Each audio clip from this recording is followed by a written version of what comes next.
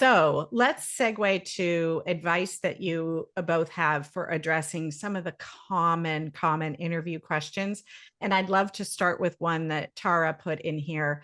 How do you answer what is your biggest weakness without sounding too cliche? Yes, don't say I work too hard. I'm too I'm a perfect. perfectionist. Yes. I Yeah, like they're results. onto that one. Yeah.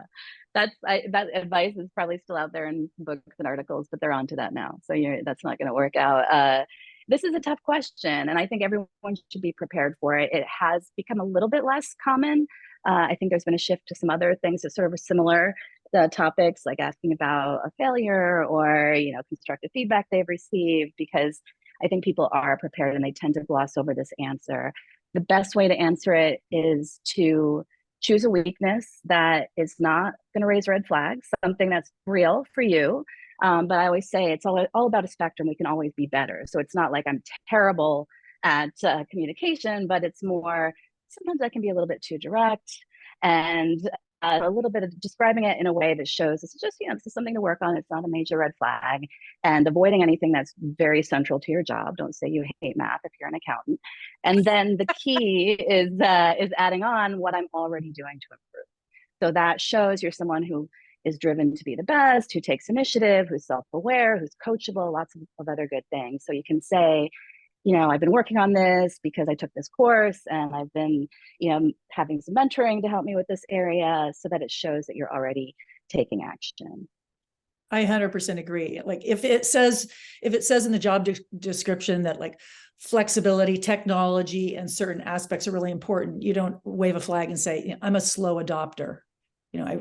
I get really attached to one thing and I can't move on. I can't learn a new technology. So we all have weaknesses. And I think using it as an opportunity to showcase something that is less important to them. And it can be an area of humor too, because we all need that humility, confidence with humility goes a long way. Well said, Rita. So well said. What about, because I know this can be an especially difficult question for those that don't naturally communicate in a concise way. What about the broad, tell me about yourself question? This is my favorite to talk about because people hate it so much. And I have this 3-part model. It's not the only way to do it, but I have this 3-part model that I tell that we talk about on Big Interview, and that I tell my coaching clients about, just to help organize your thoughts, because I do see it go awry so often. I think the most common thing is people start at the very beginning of their resume. They basically recite the resume with a lot of extraneous details. And by the time they get to the most recent, most relevant information, the interviewer is just checked out completely. So you do want to try to keep this in the 1 to 2 minute range. And if you've been working for a long time, that might not be easy. So this 3-part model, just to think about, and I think Carrie's going to share some links. We have some free articles about this on the Big Interview site. But so I always talk about part 1 is who I am professionally, why I'm qualified is part 2, and why I'm here is part 3.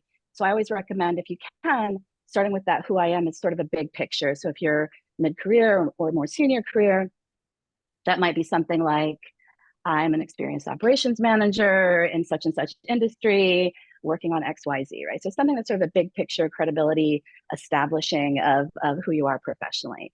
And often that can very easily segue into part 2, which I talk about as sort of your highlight reel.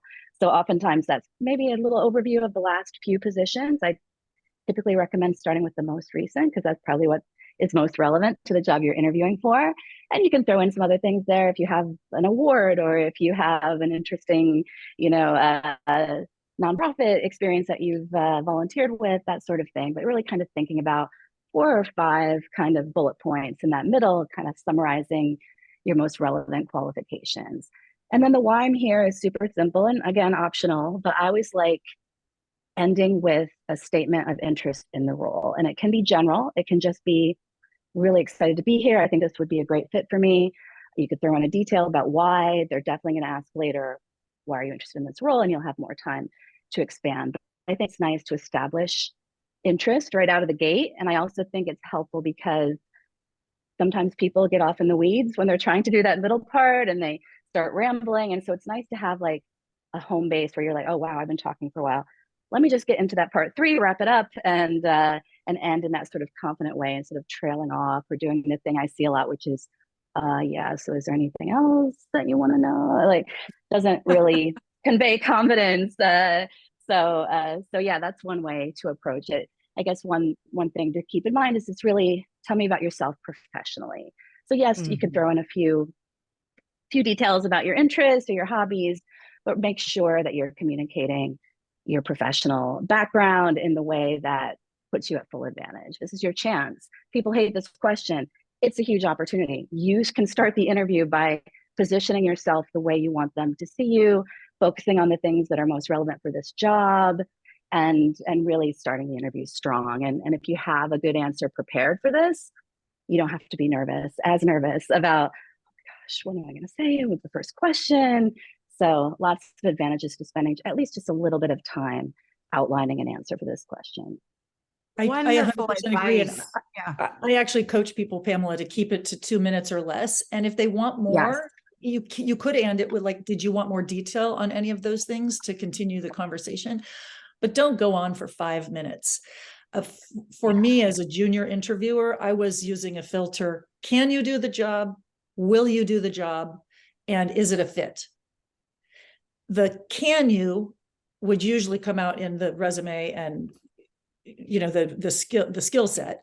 The will you would usually come out from the references, you know, what's their track record, you know, is it a fit is more the why I'm there. So they map closely to your format of a follow-up, but be mindful of your audience and why they're asking the question. Don't waste time on things that aren't important to them. You know, if you can use your guardrails as can you, will you, and is it a fit to streamline that answer, that's a good place to start.